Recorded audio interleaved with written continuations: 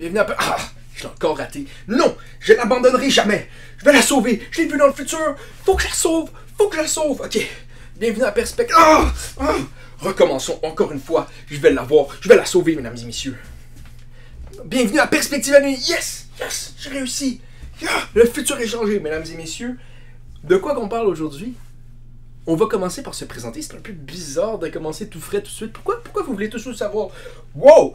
On va faire des présentations. Bonjour, mon nom est Tano. Serrons la main.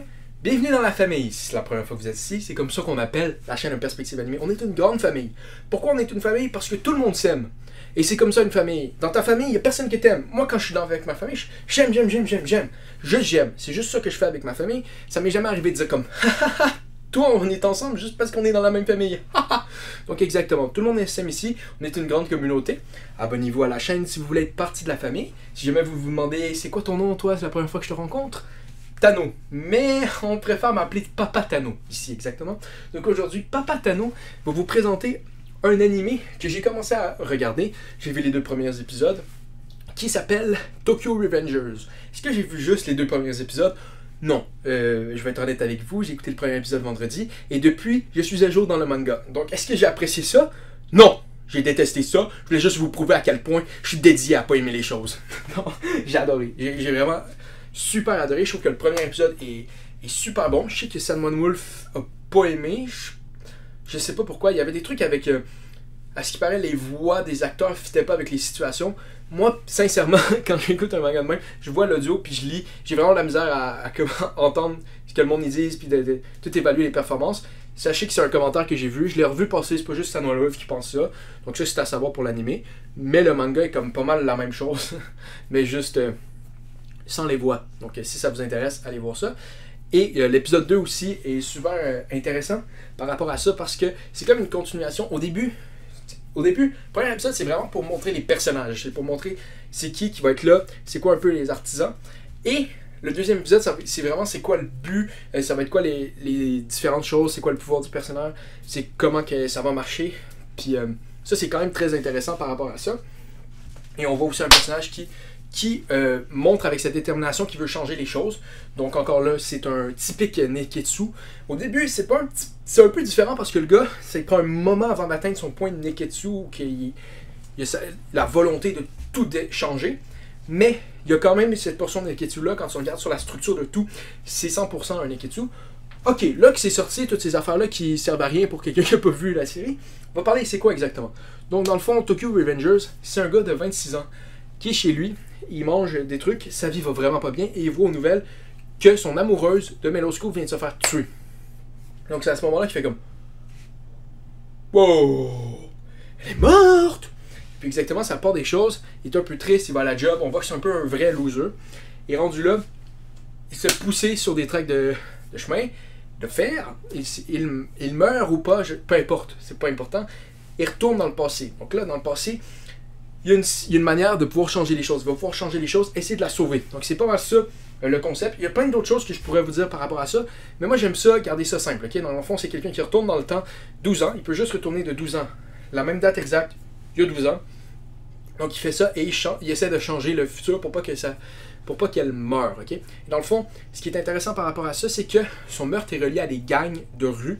Donc qui sont reliés à des délinquants de ce niveau-là, des délinquants qui sont des jeunes aussi de leur âge environ et qui vont grandir pour devenir une gang de rue qui c'est là où elle va mourir à cause de ça.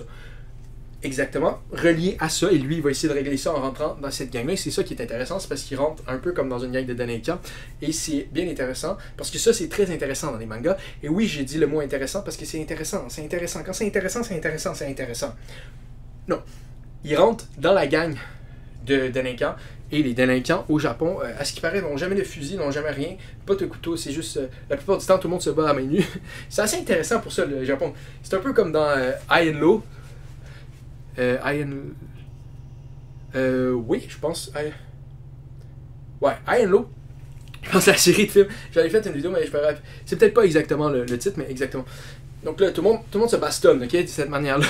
Ça, je trouve ça drôle à chaque fois parce que c'est toujours de la baston à main nue.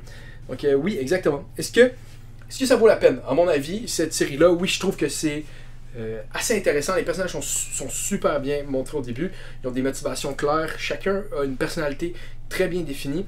Après ça, il y a un point à l'histoire très simple qui est très facile de suivre. Est-ce qu'il va réussir? On sait c'est quoi le but. Ça, je trouve que c'est toujours important dans un manga ou un animé de voir ça. Après ça, est-ce que moi je vais continuer de l'écouter? Je sais pas si je vais continuer à l'écouter. Et là, je vais me clarifier. C'est pas parce que j'aime pas ça. C'est parce que je suis à jour dans le manga et je sais pas si je vais continuer ou pas d'écouter l'anime. Peut-être parce que j'ai vraiment apprécié de revoir ce qu'ils vont changer. Là, ça va peut-être être le fun de voir ça. Parce que moi, je pense qu'ils ont changé une couple de petits trucs, je pense, dans le chapitre 1. Mais moi, personnellement, j'aime ça quand ils changent un peu de trucs dans un anime. Parce que sinon, c'est quoi comme le but de voir ça? C'est juste une animation du manga. Puis ça, comme personne qui a lu le manga, je trouve ça moins intéressant. C'est sûr que pour les fans qui n'ont pas lu le manga, ça peut être moins le fun. Parce que des fois, ils vont changer des trucs qui sont moins bons. Mais moi, je trouve ça toujours intéressant de voir qu'est-ce qui change dans une histoire comme ça. Donc c'était pas mal ça pour Tokyo Revengers, je vous le conseille, allez-y, avec toute votre force. Donc avec toute votre force, vous allez voir Tokyo Revengers, et quand vous revenez, vous vous abonnez à la chaîne. Ok, on peut faire ça dans l'autre ordre, mais abonnez-vous à la chaîne, laissez des commentaires, likez la vidéo, faites une danse de la pluie, je ne sais pas, célébrez parce que c'est un bon, ça fait un bout que j'avais pas vu un animé qui m'a autant excité. Tu sais, je trouve que quand tu tombes sur un bon animé comme ça, tu le regardes, puis il y a une excitation. Comme, quand je finis, je suis comme, ah, j'ai le goût de continuer. Il y a de quoi qui m'emballe par rapport à ça. Et ça faisait un bout que je l'avais pas eu avec un manga. Je pense que la dernière fois, Mashle, peut-être, je pense. Donc, exactement. À la prochaine, mesdames et messieurs. On se retrouve dans mon placard. Oui, c'est mon placard, je vous l'avoue. C'est pas vraiment un placard, c'est juste ma chambre est petite et j'appelle ça un placard. Donc, on se revoit la prochaine fois, ensemble, en amoureux. Pas non. Non, je vous niaisais. Je vous ai fait monter vos attentes. Vous êtes dit, oh, on est en couple? Non. On est une famille et je suis le papa. Les papas ne sortent pas avec leurs enfants.